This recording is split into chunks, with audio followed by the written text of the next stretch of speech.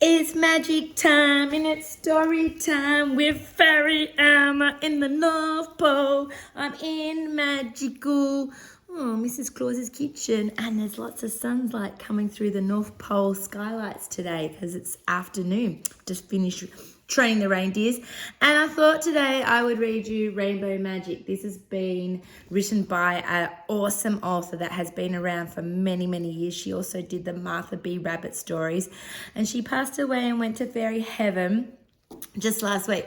So I thought I would introduce this back into your storybooks that you must read. It's in the top 10 of books that you should read. So here's this one. We'll start it now. Rainbow Magic, Let's Begin by Shirley Barber. Once upon a time, there was an old lady called Grand Tibbet. She lived in an old house on the edge of the forest with her granddaughter Annie Tibbet and her little dog Bozo. Around the house was Grand Tibbet's pretty rose garden. Oh, the pretty roses here.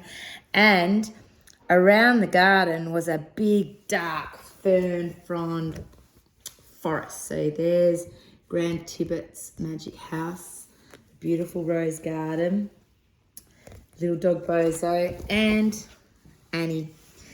Early in the morning, the deer and their fawns would come out of the forest and eat the grass in the meadow.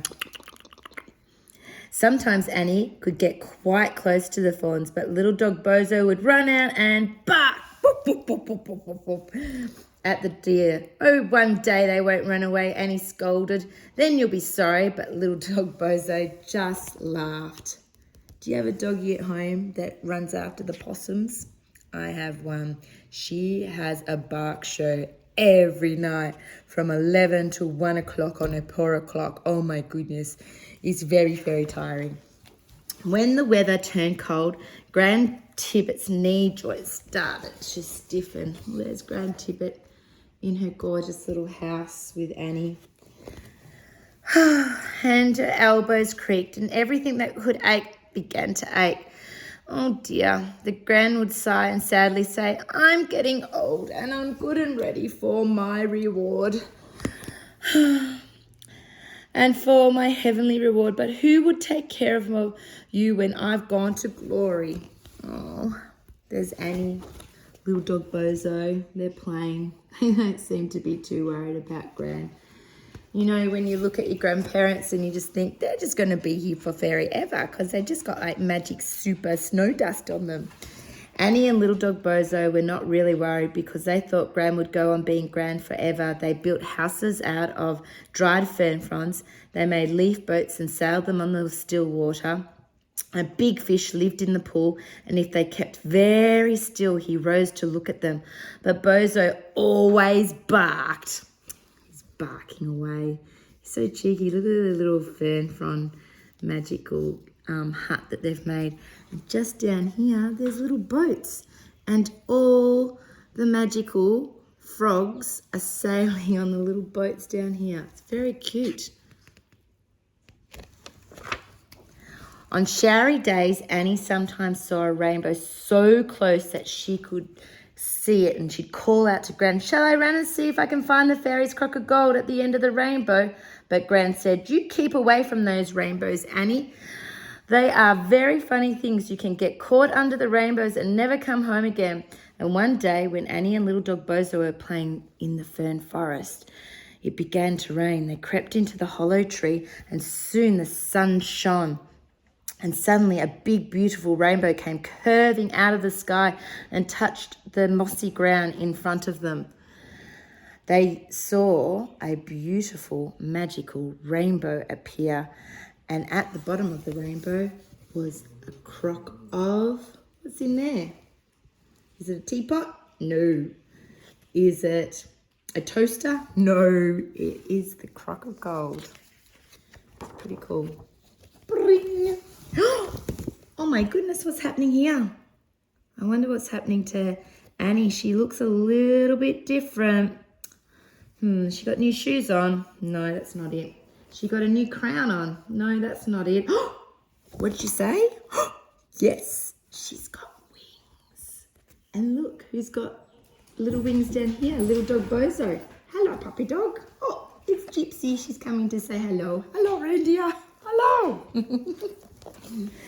So, oh, cried Annie, what a lovely, lovely present to take home to Gran. She forgot all about Gran Tippett's warning, and she and little dog Bozo ran to pick up the crock of gold. But as they went under the rainbow, something very strange happened. We sort of saw what happened. Both Annie and little dog Bozo now had wings and were so small that the grass blades were as tall as them. They had turned into fairy folk. Oh my goodness, how cool is that? Oh, Bozo, cried Annie, how will we find our way back home to Gran to tell her what had happened to us? She sat down under the toadstool and she started to cry. Oh, Annie, I wouldn't cry if I turned into a fairy and shrunk down and got magic wings. I think there's going to be something special. There's the big toadstools. I wonder if they taste like marshmallow. Little dog Bozo tried to fly with his new wings, but instead he fell down head over paws in a violet bed. Annie couldn't help laughing. Oh, we won't be able to fly home until we've had some practice, she said. Come along, Bozo. We'll have to walk. The crock of gold, which had looked so big in the rainbow, was small now. So Annie put it into her little lunch bag and off they set. They walked and they walked and they walked until they met a family of deer. Oh, how cute's the deer? Hello, deer. The two fairy folk to the deer were as big as mountains, the biggest deer in the whole world. Little dog Bozo ran out and barked at them as he always did. But these deer didn't run away this time. The smallest fawn frightened Bozo, so he hid behind Annie. We must go home another way, she said. My puppy dog's being very cheeky. She's sitting up on the very couch, on Santa's couch. She's very cute. She's actually trying to train to be a reindeer, but she doesn't listen. They came to a deep, dark pool with huge fish swimming in it. Is that the big fish we used to watch? Whispered Annie to Bozo. He looks big enough that he could eat us now. Let's have a look at the big fish. There he is. The big fish. And there's Annie and little dog Bozo. Yes, he is big enough to gobble them up for tea or lunch or breakfast, perhaps. He looks big enough, but out of the fur fronds came a frog. Oh, hello. I wonder what his name is. Do you think it's Kerbert or Snurbert or Sherbet? And he was on a magical boat. Oh, what a nice boat, Annie said to Bozo. Oh, it reminds me of something. Why, I do believe it's one of those boats that we made when we were playing here. Now we know what became of those magic boats. And when they looked over to the frog, he came out onto the bank and she thanked the frog and gave him a biscuit from her lunch box. So they jumped onto the boat. She gave him a little biscuit and off they sailed. Oh, fancy. Look at that beautiful lily down here. The sun went down and the forest filled with shadows. Annie and little dog Bozo began to feel frightened. Suddenly a family of mice came scurrying along the path, scaring Bozo. But the mice were friendly and warned the two new fairy that the big wild cat, oh, here's the big wild cat. The cat's going meow, meow. He was out hunting. Hurry, he's coming, they said. Follow us, follow us.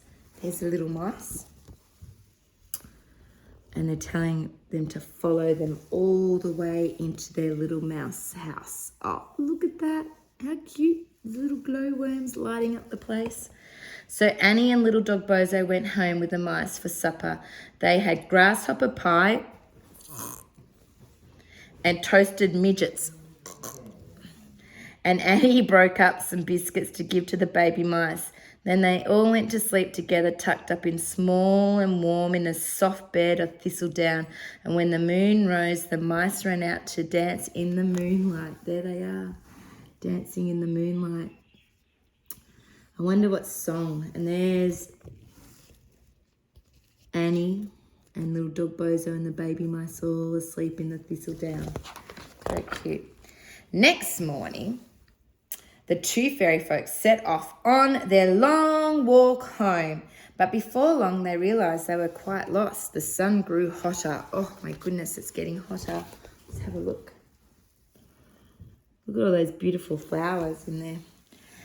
And the ground grew damper and damper, and Annie was admiring the beautiful flowers all around her when suddenly, whoops, what happened? The little dog Bozo was splashing through the pools and frisking ahead when, help, help, help, he screamed.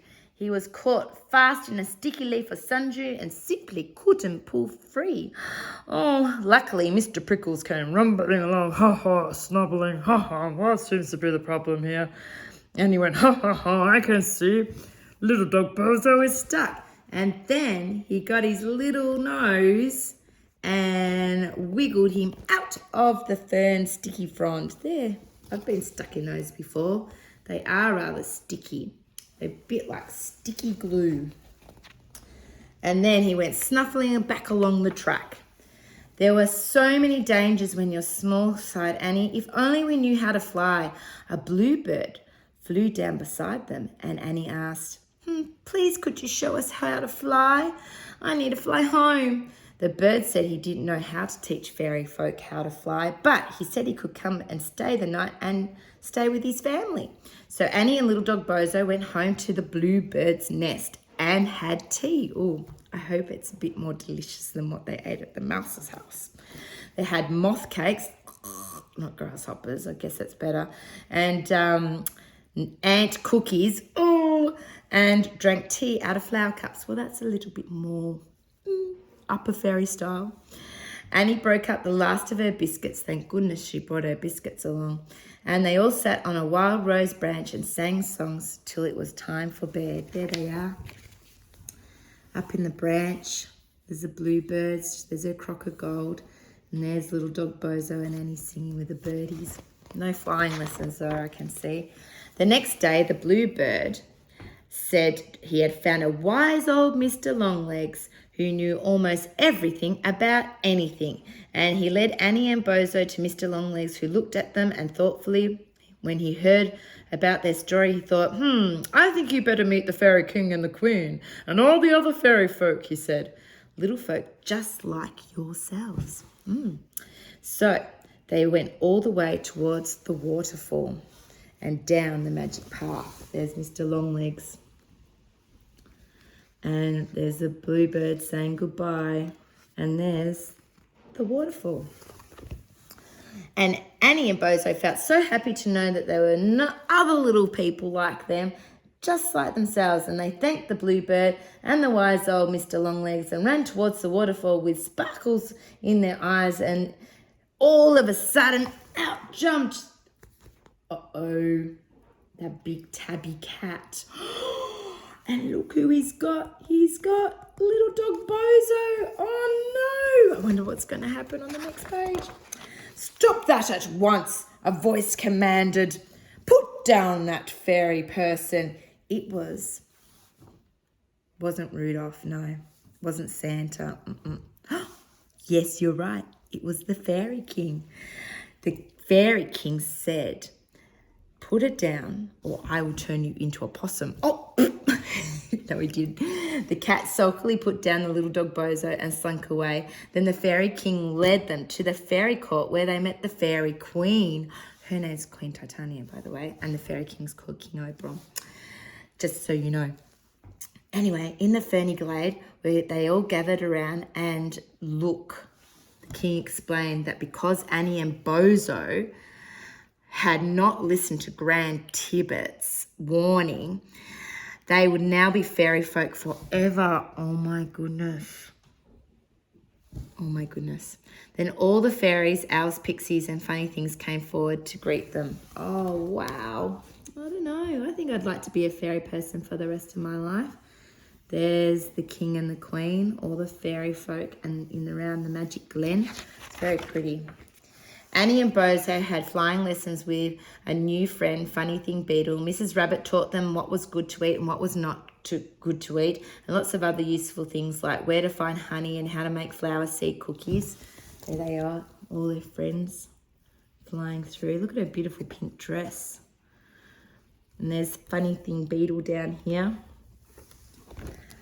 And old gnome showed the fairy folk how to build a house in a tree, and Annie and little dog Bozo soon built a beautiful little home. Funny thing, Beetle failed his house building test when his house fell down, so Annie and little dog Bozo let him share their home because they felt sorry for him. Oh, poor gnome. Gnomes aren't very good at building houses, may I say. As at last Annie asked the Fairy King if they could visit Grand Tibbet. The King and the Queen wanted to see Gran's rose garden, so all the court winged their way through the fern forest, and they came to Grand Tibbet's old house. Gran was sitting in the twilight feeling very sad. She had given up all hope of ever seeing Annie and little dog Bozo again, and suddenly she looked up and saw a tiny little Annie and a weeny little dog Bozo alight upon her veranda rail. Behind them, all the fairies fluttered down to the picnic in her rose garden. Look at all the fairies, all flying down. There's Grand Tibbet. She's looked like she's got a bit of a smile on her face. Look, Granny, said Gran. I'm here. We're safe after all, but we have to be fairy folk forever and ever. And we're happy, and we've brought a present for you, the crock of gold we found under the rainbow. So Annie and little dog Bozo and their friend Funny Thing Beetle lived with the fairy folk forever and ever, but they often came to talk to Gran while they fairy court and picnicked in her rose garden, and Gran stopped worrying about who would look after Annie and little dog Bozo after she had gone to glory, because she knew that now they could look after themselves. There's Annie.